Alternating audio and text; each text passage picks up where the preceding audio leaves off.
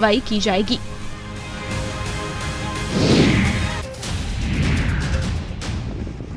शराब की तस्करी का खेल रुकने का नाम ही नहीं ले रहा। हर रोज नए नए तरीके से शराब की तस्करी की जा रही है। उसके साथ ही दियारा क्षेत्रों में अवैध शराब निर्माण का काम तेजी से चल रहा है। वहीं गोपालगंज में मद्यनिषेध विभाग ने गंडक नदी के दियारा क्षेत्रों में बड़ा सर्च ऑपरेशन चलाया। बैकुंठपुर थाना क्षेत्र के आशा खैरा में चलाए जा रहे इस अभियान में शराब की कई भट्टियां ध्वस्त कर आग लगा दी गई।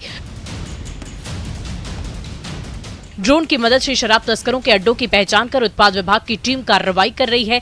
उत्पाद अधीक्षक के मुताबिक हजारों लीटर अर्धनिर्मित शराब जब्त की गई। इसके साथ ही शराब की कई अवैध भट्टियों को आग के हवाले कर दिया गया। हालांकि अब तक किसी शराब धंधेबाज की गिरफ्तारी की सूचना नहीं है। विभाग का कहना है कि तस्करों पर लगाम लगाने के लिए लगातार कार्रवाई की जा रही है और ये कार्रवाई आगे भी जारी रहेगी। शराब तस्कर शराब की तस्करी के लिए तरह तरह के हथकंडे अपना रहे हैं, जिसे पुलिस और मद्यनिषेध विभाग नाकाम कर रहा है।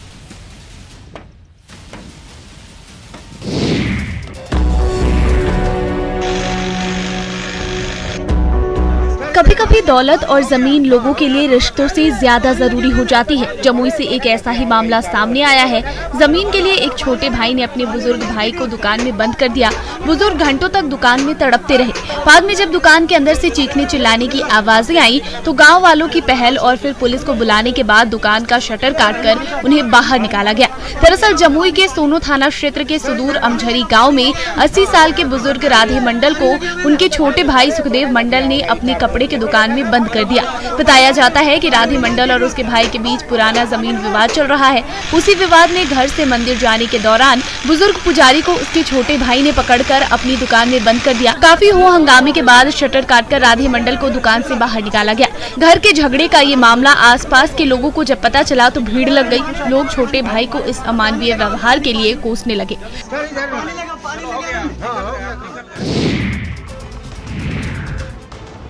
आरा में अवैध तरीके से बालू खनन थमने का नाम ही नहीं ले रहा। सोन नदी में नाव से अवैध बालू की ढुलाई का वीडियो सोशल मीडिया में वायरल हो रहे वीडियो में नाव का काफिला नजर आ रहा है। वायरल वीडियो बढ़हरा के एकौना गंगा घाट का है। स्थानीय पुलिस अवैध तरीके से हो रहे बालू खनन और ढुलाई को रोकने में नाकाम है, जिसकी वजह से हर दिन सैकड़ों नावों से अवैध तरीके से बालू का खनन और ढुलाई की जा रही है।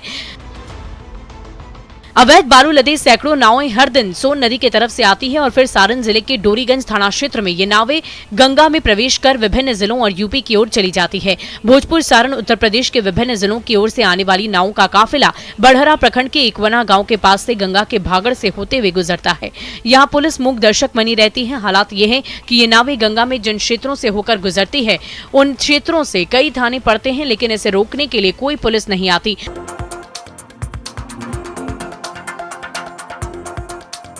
नहीं करने के कारण स्थानीय लोगों में नाराजगी है।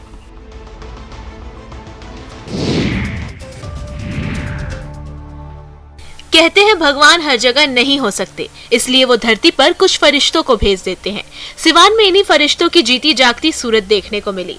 दरअसल महाराजगंज में एक बेसहारा माँ शारदा देवी पैसों के अभाव में अपनी बेटी रेखा देवी के इलाज के लिए इधर उधर भटक रही थी। तभी अनमोल नाम का एक युवक फरिश्ता बनकर उनकी मदद के लिए आगे आया। अनमोल ने अपने युवाओं की टीम के साथ मिलकर शारदा देवी की बेटी का ऑपरेशन कराने की ठान ली। आखिरकार युवाओं की ये टोली ऑपरेशन कराने में सफल रही। अनमोल सोसाइटी हेल्पर नाम की एक संस्था के अध्यक्ष हैं। उन्होंने डॉक्टरों से बातचीत कर रेखा का फ्री में ऑपरेशन कराया और चंदा इकट्ठा कर उसके लिए दवाओं की व्यवस्था की। रेखा देवी को कई सालों से स्टोन की शिकायत थी, लेकिन पैसे नहीं होने की वजह से वो इलाज नहीं करा पा रही थी। जाते जाते उसने अनमोल और उनकी टीम को धन्यवाद दिया। आपको बता दें कि अनमोल और उनकी टीम के युवा कोरोना काल से लगातार जरूरतमंदों की सेवा में लगे हैं।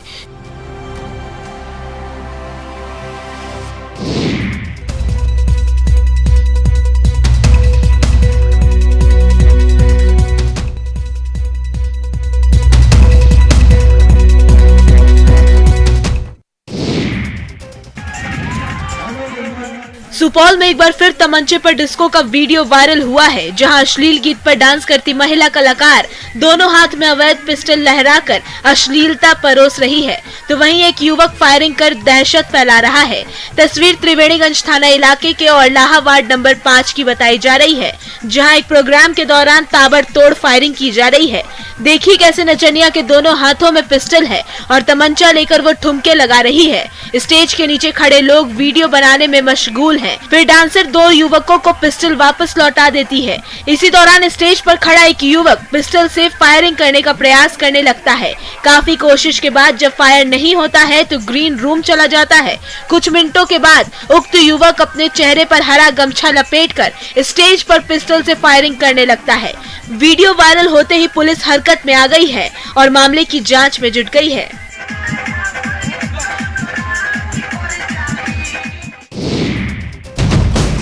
छपरा में हथियार लहराते वीडियो बनाना फैशन बन गया है।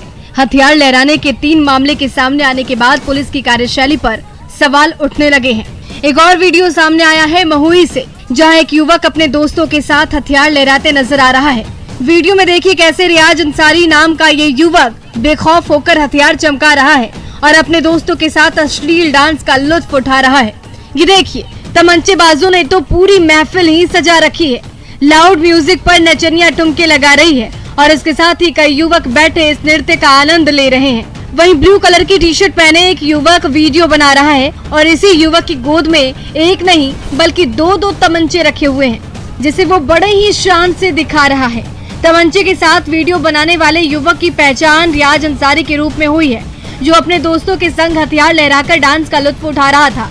अब ये वीडियो सोशल मीडिया पर तेजी से वायरल हो रहा है। न्यूज़ 18 इस वायरल वीडियो की पुष्टि नहीं करता। चलती ट्रेन में किस तरह से झपट मार गिर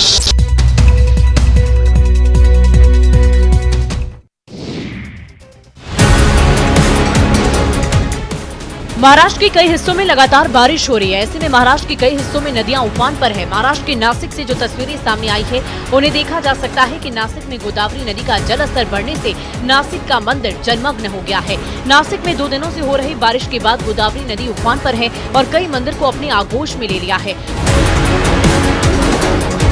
प्रशासन ने गोदावरी नदी के किनारे रहने वाले लोगों को सतर्क कर दिया है। देखा जा सकता है कि नासिक में बारिश की वजह से गोदावरी नदी का जलस्तर बढ़ा, जिसके बाद देखते ही देखते मंदिरों तक पानी पहुंच गया है। भारी बारिश के कारण गोदावरी नदी के तट पर बने कई मंदिर डूब गए। नदियों का जल स्तर बढ़ने से यहां बाढ़ का खतरा मंडरा रहा है, जिस कारण से अलर्ट जारी कर दिया गया। भारी बारिश के कारण मंदिरों के अलावा आसपास की दुकानों में भी पानी भर गया है। मंदिर घाट से सटी सड़कें भी पूरी तरह से जलमग्न हो गई।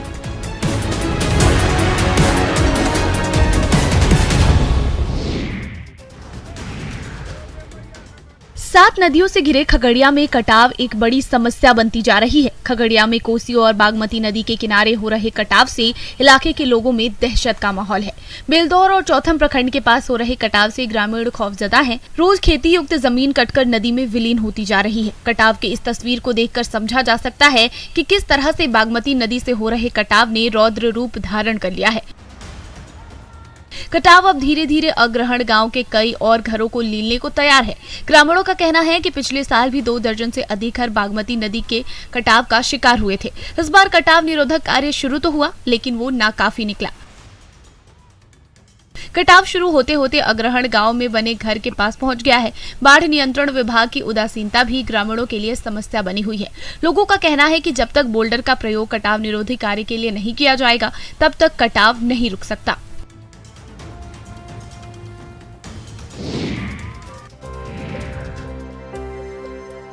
रामगढ़ में लगातार हो रही बारिश और नलकारी नदी में 5 पर्यटकों के बाढ़ के तेज बहाव में बहने का साइड इफेक्ट दिख रहा है। अब पतरातू लेक रिजॉर्ट में पर्यटक कम संख्या में पहुंच रहे हैं, जिससे नाविकों और दुकानदारों के सामने रोजी रोटी की संकट पड़ी है। हमेशा पर्यटकों से गुलजार रहने वाला रिजॉर्ट सूना पड़ा है। किस्त पर नाव लेने वाले नाविकों को अब किस्त भरना मुश्किल हो गया है। नाविकों ने बताया कि उन्होंने इंस्टॉलमेंट पर स्पीड मोटर बोट खरीदी है, जिसका किस्त निकालना अब मुश्किल हो गया है।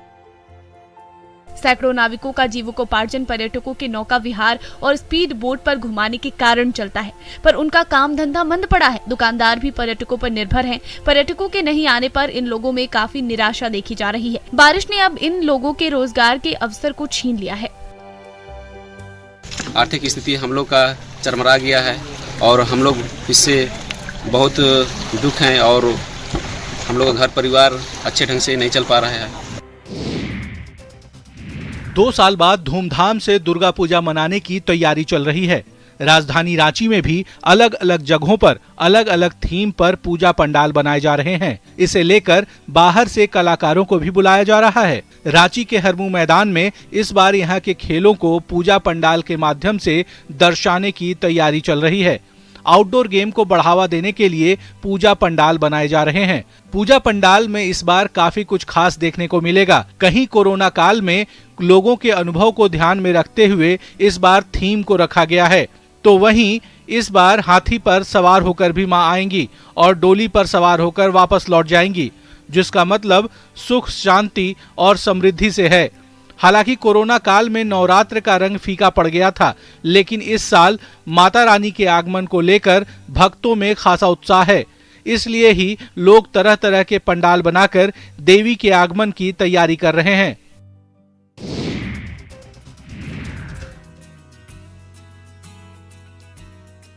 कटिहार में नरेंद्र मोदी की आत्मनिर्भरता के पाठ से प्रेरित होकर उनके एक फैन ने इलाके में मखाना की प्रोसेसिंग और पैकेजिंग कर ब्रांड मोदी मखाना के नाम से बिजनेस की शुरुआत की है।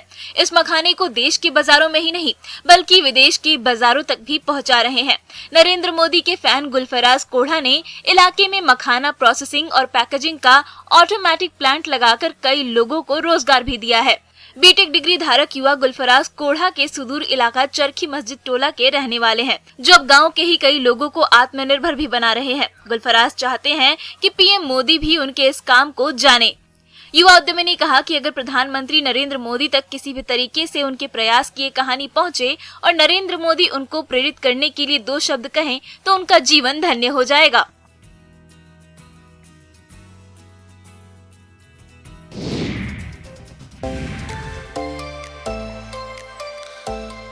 पंखों से कुछ नहीं होता, हौसलों से उड़ान होती है।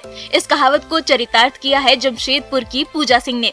पूजा सिंह छोटे पर्दे से अब बड़े पर्दे पर अपने अभिनय का जलवा बिखेरेंगी। झारखंड में पहली बार बड़े पर्दे पर किसी फिल्म की पूरी शूटिंग हुई है और कलाकार भी झारखंड से ही चुना गया है। मानगो की रहने वाली पूजा सिंह ने हिंदी फिल्म मिस्ट्री ए ट्रुथ में अभिनय किया है। इस फिल्म की शूटिंग जमशेदपुर, रांची और धनबाद समेत झारखंड के कई शहरों के खूबसूरत लोकेशन पर हुई है। फिल्म की स्क्रीनिंग 25 सितंबर को धनबाद, जमशेदपुर और बोकारो में होगी। मिस्ट्री ए ट्रुथ एक थ्रिलर मूवी है। इसमें 3 गाने हैं।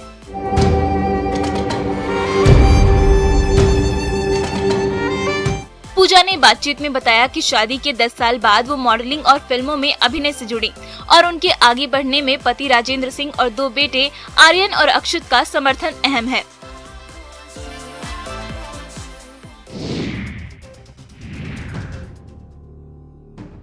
जहानाबाद में एक ऐसा स्कूल है जिसके बारे में सुनकर आप हैरान हो जाएंगे। बिना शिक्षक के ही उच्च विद्यालय का संचालन हो रहा है।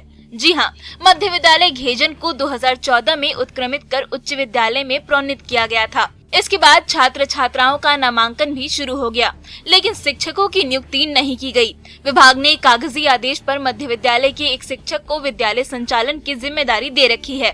सवाल पूछने पर जिला शिक्षा पदाधिकारी ने बताया कि हाई स्कूल में शिक्षकों की कमी है।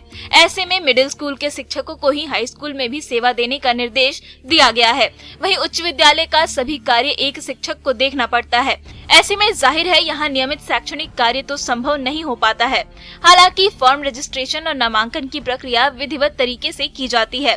उच्च विद्यालय में अब एक और शिक्षक की नियुक्ति हुई है, पर उन्होंने अभी तक कोई योगदान नहीं दिया है।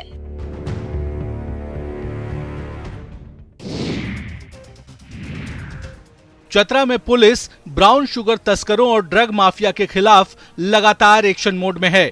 गुप्त सूचना के आधार पर स्पेशल टीम ने नशे के सौदागरों के आर्थिक स्रोत पर करारा प्रहार किया है। स्पेशल टीम ने प्रतिबंधित ब्राउन शुगर और इसके इस्तेमाल में प्रयुक्त सामान के साथ 7 तस्करों को गिरफ्तार किया है। गिरफ्तार तस्करों के पास से तकरीबन 2.25 ग्राम अवैध ब्राउन शुगर के साथ एल्युमिनियम फॉइल, 10 रुपए के नोट और 3 मोबाइल फोन के साथ 3000 कैश बरामद किए गए। एसडीपीओ ने कहा कि तस्करों के विरुद्ध पुलिस का अभियान लगातार जारी है। उन्होंने युवा पीढ़ी से नशे के जाल में फंसकर अपना भविष्य तबाह नहीं करने की अपील की है। साथ ही एसडीपीओ का कहना है कि तस्करों पर लगाम लगाने के लिए लगातार कार्रवाई की जा रही है ताकि नशे के सौदागरों पर लगाम लगाई जा सके। मोतिहारी में मरीज की मौत के बाद आक्रोशित परिजनों ने अस्पताल में जमकर हंगामा किया।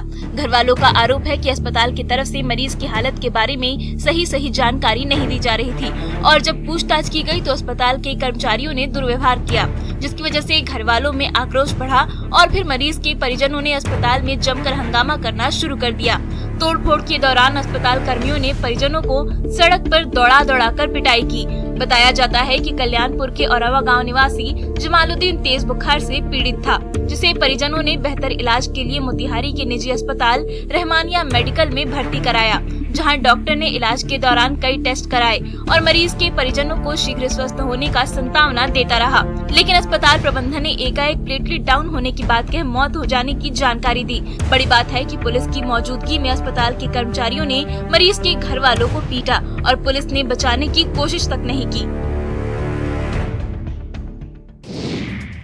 बोकारो के वेदांता इलेक्ट्रिकल प्लांट में रैयत मजदूरों ने जमकर हंगामा किया। हंगामे को देखते हुए प्लांट प्रबंधन ने सिक्योरिटी गार्ड की तैनाती करा दी, फिर भी मजदूर शांत नहीं हुए, जिसके बाद मौके पर सियालजर थाना पुलिस को बुलाया गया, जिन्होंने मजदूरों को समझाने की कोशिश की। मजदूरों का आरोप है कि प्रबंधन की तरफ से लागू किए गए नियम गलत हैं। मजदूरों का कहना है कि प्लांट प्रबंधन मजदूरों का शोषण कर रहा है। नए नियम के अनुसार मजदूर कार्यस्थल पर बाइक और साइकिल लेकर नहीं जा सकते, जिसको लेकर मजदूरों में नाराजगी है। वेदांता इलेक्ट्रिकल की PRO वंशिका ने बताया कि प्रबंधन ने प्लांट में हादसे को रोकने के लिए इस तरह का निर्देश जारी किया है।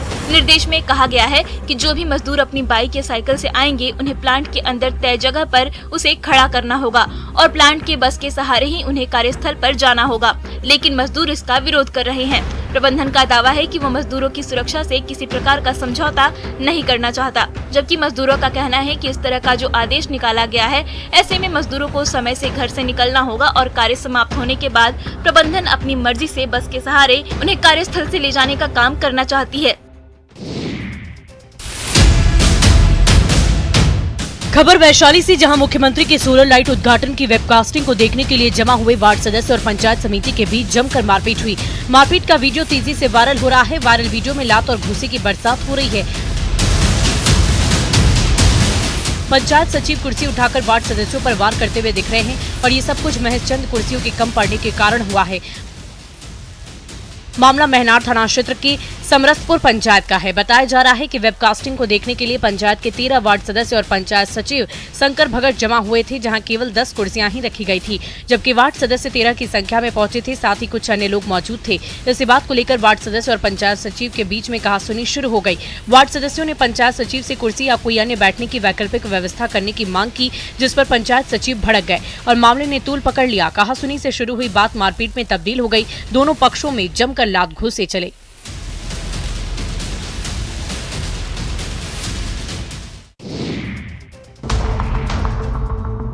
पूर्णिया में व्यवसायी अभिमन्यु की पश्चिम बंगाल के दालकोला थाना इलाके में बेरहमी से हत्या कर दी गई। घटना के बाद लोगों में आक्रोश है। जैसे ही बंगाल से शव पूर्णिया पहुंचा तो सैकड़ों लोग हाथों में कैंडल लेकर नारेबाजी करते हुए खीरू चौक पहुंच गए, जहां लोगों ने जल्द आरोपी की गिरफ्तारी की मांग की। परिजनों ने बताया कि भट्टा बाजार मार्केट में उनकी दुकान है। इसी को लेकर वहां के कुछ लोगों से विवाद चल रहा था। कुछ लोग जबरन उनकी दुकान में कब्जा किए हुए हैं। इस घटना के पीछे जिनकी भी संलिप्तता है, उन्हें पुलिस जल्द गिरफ्तार करे। युवक की मौत के बाद परिजनों में शोक का माहौल है। युवक के घरवाले आरोपियों की गिरफ्तारी की मांग कर रहे हैं। युवक की मौत के कारण इलाके में हड़कंप मच गया है। वहीं सदर SDPO सुरेंद्र कुमार सरोज ने कहा कि पुलिस एक व्यक्ति को हिरासत में लेकर पूछताछ कर रही है। जल्द ही आरोपी की गिरफ्तारी कर ली जाएगी।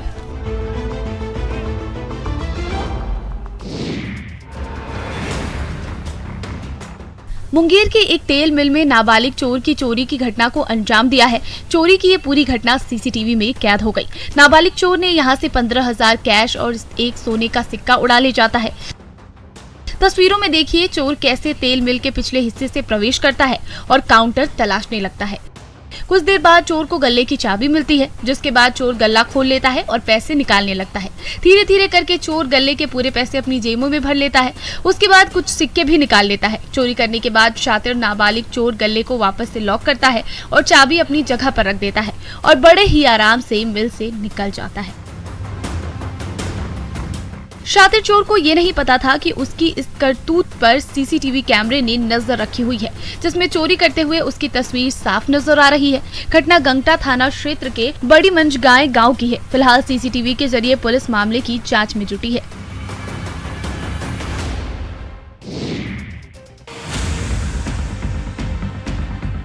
लखीसराय से आए दिन चोरी की घटना सामने आ रही है। कबैया थाना क्षेत्र में बाइक चोरी की घटना से लोग परेशान हैं। आए दिन चोर लोगों की बाइक उड़ा ले जा रहे हैं। बेलगाम हो चुके चोरों ने पकड़ने में कबैया पुलिस पूरी तरह नाकाम नजर आ रही है। हाल के दिनों में नया बाजार कोर्ट एरिया से लगभग आधा दर्जन से अधिक बाइक की चोरी हो चुकी है। चोर इतने शातिर है कि पलक झपकते ही बाइक पार कर देते हैं, जबकि चोर की सीसीटीवी फुटेज भी पुलिस के हाथ लगी है, लेकिन पुलिस के हाथ अब तक सफलता नहीं लगी। तस्वीरों में भी देखा जा सकता है कि घर के बाजू में बाइक पार्क की गई, इतने में एक चोर आता है और बाइक को चुरा कर ले जाता है। इस दौरान किसी को उस पर शक नहीं होता और वो बाइक लेकर निकल जाता है। परेशान वाहन मालिक थाने का चक्कर काटने को मजबूर हो गए हैं। वे पुलिस से चोर को पकड़ने की गुहार लगा रहे हैं। हालांकि एसएसपी जल्द ही बाइक चोर का गिरफ्तारी का दावा कर रहे हैं, पर अब तक पुलिस के हाथ खाली है।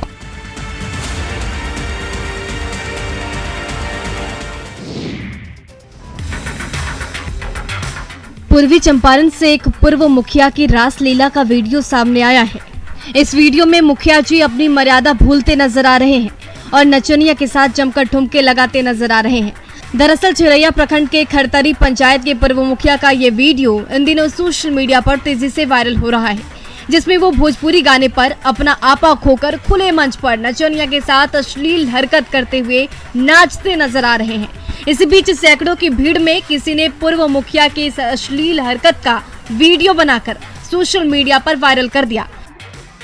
बताया जा रहा है कि अनंत चतुर्दशी को लेकर सेमरा में मेला का आयोजन किया गया था, जहां स्टेज पर डांस चल रहा था और खरतरी पंचायत के पूर्व मुखिया डांस का आनंद उठा रहे थे। इसी दौरान वो डांस करते मंच पर पहुंच गए और सारी मर्यादा भूलकर अश्लील डांस करने लगे। हालांकि न्यूज़ 18 इस वायरल वीडियो की पुष्टि नहीं करता।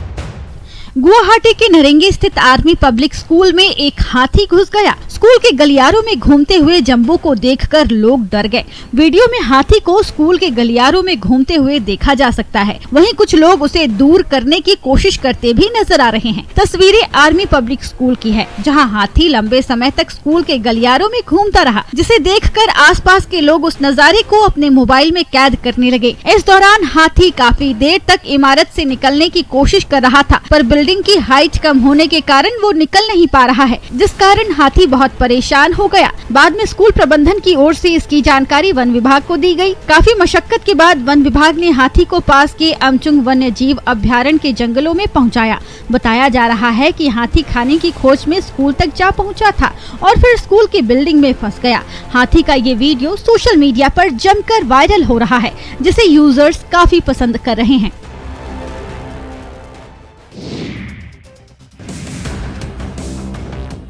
अहमदाबाद के मेमनगर बीआरटीसी इलेक्ट्रिक बस में अचानक आग लग गई। आग लगते ही कुछ देर के लिए वहां अफरा तफरी मच गई। राहत की बात यह रही कि स्टॉप पर ही आग लगते सभी यात्री बस से बाहर निकलने में कामयाब रहे। अचानक आग लगने के बाद हाहाकार मच गया। आग ने देखते ही देखते पूरी बस को अपने चपेट में ले लिया। आग को देखकर चालक और परिचालक बस को खड़ी करके वहां से भाग निकले। यात्रियों ने मुश्किल बस से कूदकर अपनी जान बचाई। कुछ यात्री बस के दरवाजे से निकलकर भागे। बस में अचानक आग लगने से मची अफरा तफरी के कारण यात्री आनन फानन में बस से उतरने लगे, जिसके कारण उनके सामान के साथ कई यात्रियों के मोबाइल तक बस में ही रह गए। फायर ब्रिगेड और पुलिस ने मुश्किल आग पर काबू पाया। गनीमत रही कि कोई जनहानि नहीं हुई, लेकिन यात्रियों में अफरा तफरी मच गई और बस में आग लगने के कारणों का अब तक पता नहीं चल पाया है।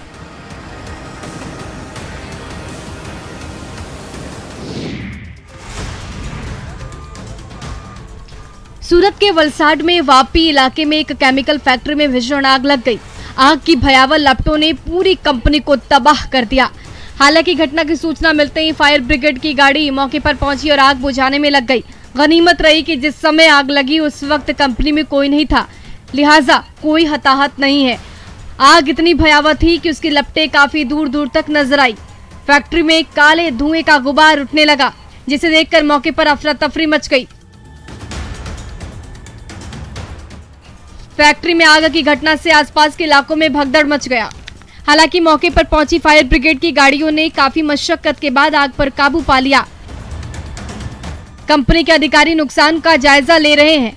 हादसे में किसी जनहानि की खबर नहीं है। हालांकि आग लगने के कारण का अभी तक पता नहीं चल पाया है। फिलहाल आग पर पूरी तरह से काबू पा लिया गया है।